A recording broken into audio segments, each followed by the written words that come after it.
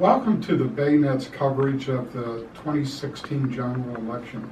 We'll be doing video interviews of the candidates, and with me today is Congressman Steny Hoyer. Nice to have you here. Good to be here, as always. You're running again. One more time.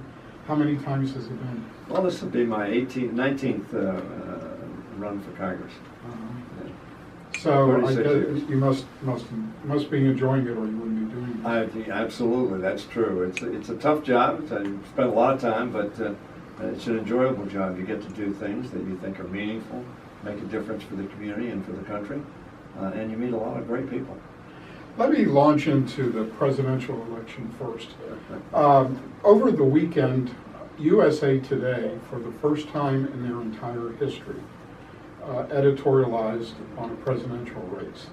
Now, they did not endorse Secretary Clinton. Some of their electoral board members said they should, and some said they shouldn't, so they were in dispute. But what they were not in dispute was they did not want their readers to vote for Donald Trump. So I've heard you talk about this, and you've called this the most important election in, I guess, your 21 elections. Why do you feel that? Well, more than that, because my first election for vote for President of the United States was John Fitzgerald Kennedy.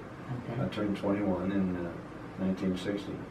And what I say is, this is the most important election in which I've been involved, in my view, because the consequences are so dire, frankly. I think that I have never experienced an alternative to the Democratic candidate. I voted for the Democratic candidate every time, which I thought was dangerous. An alternative I thought was dangerous.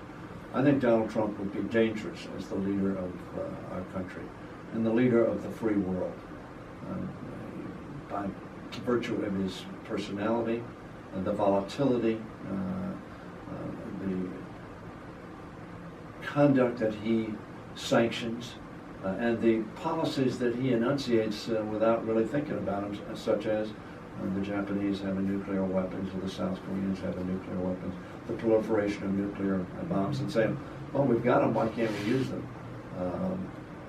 I think that is somebody who is not fit to be President of the United States, and that's what USA Today effectively said, and that's what, frankly, the Arizona Republic said.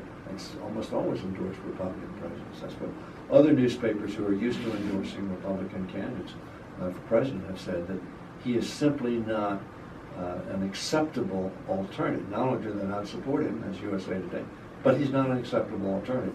That's why I think this is the most important election. And I think that Hillary Clinton, whether you like Hillary Clinton or not, I happen to like her, but if you don't like Hillary Clinton, she nevertheless has demonstrated over a long public career a grasp of the issues, a steadiness and strength of purpose, and a substantive knowledge of how to deal with the rest of the world, and how to deal with bringing up families, creating jobs, making sure that we have a good economy.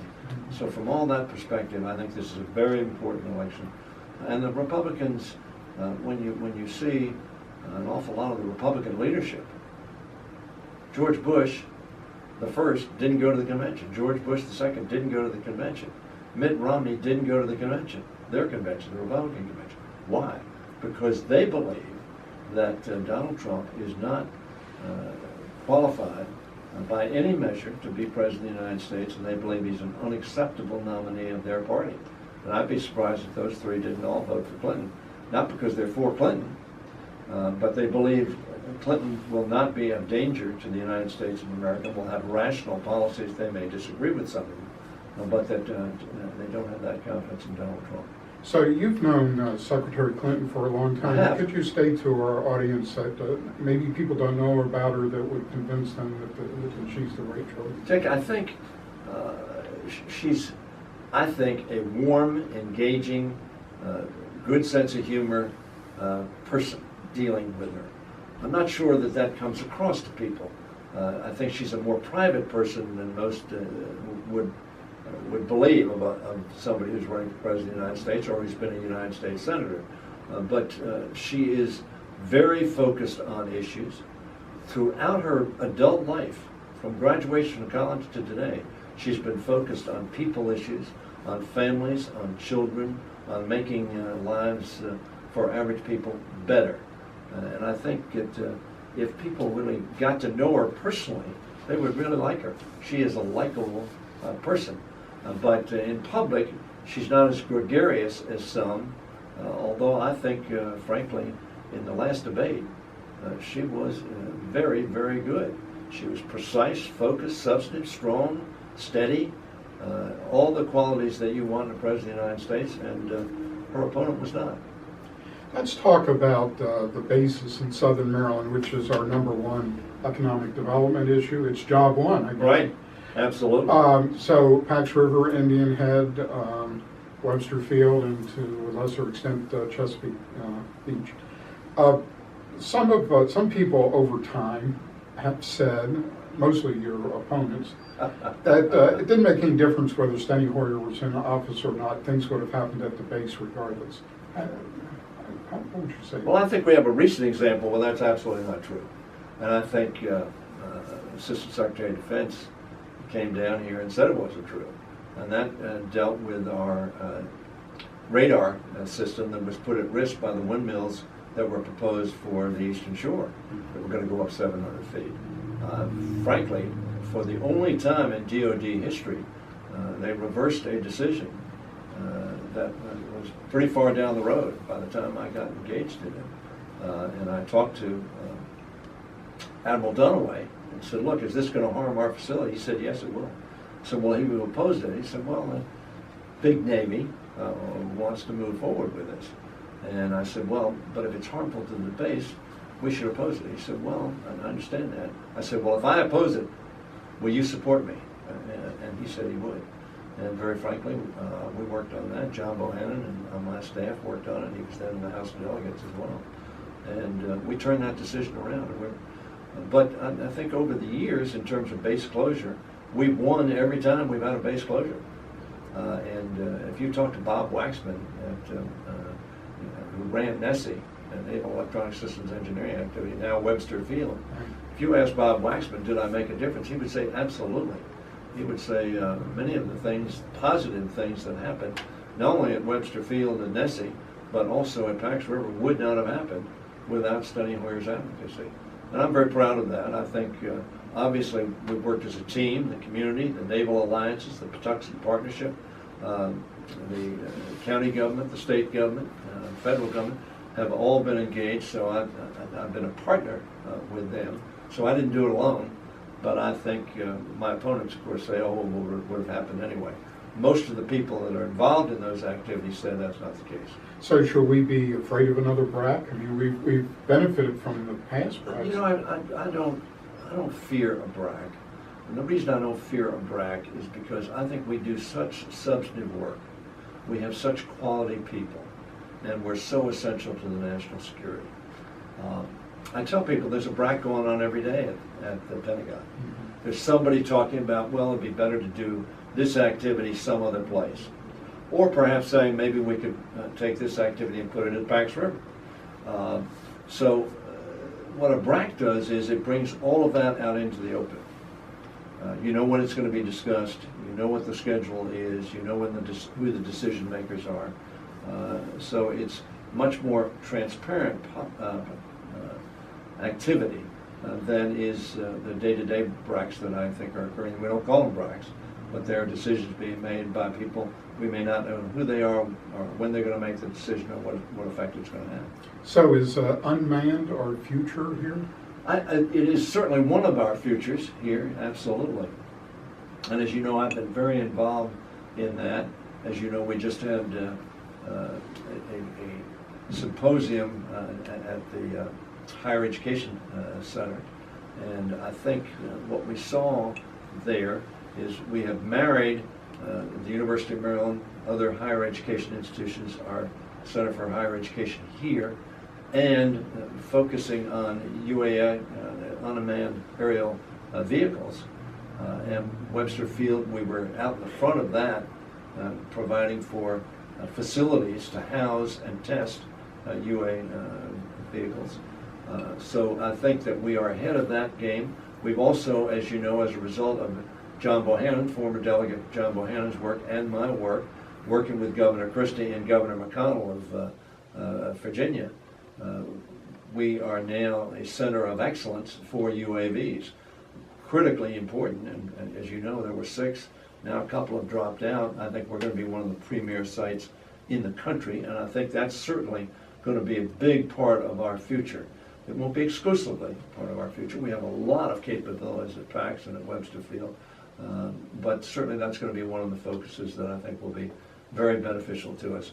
We got a $2 million grant for the Higher Education Center for looking at ways that we can expand and create jobs and economic opportunity here in the county.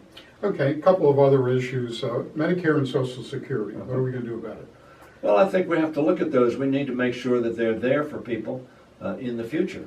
The board and other outside analysts have said, in 20 years we're going to have a real issue in terms of funding them. The present cash flow will not sustain the 100% of the benefits that are now going to be due and owing at that point in time. Maybe 2/3 will be able to be paid. Obviously, we have to make sure that we look at that and make sure that they are stable and steady. They're absolutely essential. They've been extraordinarily successful in lifting really millions and millions and millions of seniors out of what they otherwise would have been in poverty because of Social Security and Medicare. We need to make sure that they're sustainable for the long term. Okay, health care, Affordable Care Act. Do we need to do anything about that? Well, I think we need to. We adopted a bill. It was a very complicated bill. We adopted it in 2010. We adopted it without a conference because, frankly, the Republicans in the Senate wouldn't vote to go to conference. So we adopted a bill without being, in effect, improved upon either the Senate bill or the House bill. And we enacted it. It was signed. It's a good bill. 20 million people now have health insurance who didn't have health insurance before. People with pre-existing conditions can get insurance. Seniors are paying much less for their prescription drugs, so they're much more affordable for seniors. So it's done a lot of very good things. But unfortunately, we've been in a mode where our Republican majority wants to repeal the Affordable Care Act, knowing full well that President Obama wouldn't sign such a bill and knowing that they couldn't override a veto. But they nevertheless, for over 60 times, kept trying to repeal it. What we should have been doing for this last 6 years is saying, okay, what is working well? And obviously a lot of things are working well. And what do we need to change? Unfortunately, we have not been able to look at how do we make things better because there simply has been a stance, let's repeal it. I think hopefully in the next Congress we'll be in a frame of mind to say, okay, let's look at it. Let's see how it's affecting small business. Let's see how it's affecting medical providers. Let's see how it's affecting patients. And let's make sure that the things that are happening that are not positive are changed and made better. Regarding small business, are there any other tax breaks that could be given to Well, when you talk about tax breaks, we need comprehensive tax reform. No doubt about that. The tax code is way too complicated, and it's unfair in that it affects the average person adversely and the person who has a lot of money. A perfect example is Donald Trump, who $916 million in losses, and therefore he doesn't pay any taxes for a long period of time. The average guy looks at that and says, hey, I'm paying a big sum of my cash that I make in taxes, and that's not fair. So we need to make sure that we have comprehensive tax reform, simplify the system, and make sure it's fair. What should the U.S.'s role be in the world economy, and what's your position on trade deals? I think we all think we need to have good trade deals. As you know, I voted against the Trade Promotion Authority, which would have allowed a fast track for this current agreement. This current agreement is not going to be coming to the floor in this Congress. All the candidates have said essentially, and my labor friends say, look, they're not against trade, but they want have trade that is a positive impact on the U.S. economy and on jobs here in the United States. I agree with that. So I think that what we're going to see is a very careful look at not only existing trade deals, but also at future trade deals, either with Europe or with Asia. The fact of the matter is, trade is going to be a fact of life, and we need to make sure that it's beneficial, not detrimental, to jobs in the United States. Okay, our time is up. Okay. It was quick. Thank you very It was much. quick. Appreciate, always a pleasure. Thank you very much, Dick. Thank you. Appreciate it. And thank you for joining us today on the Baynet's coverage of the 2016 general election. I'm Dick Myers.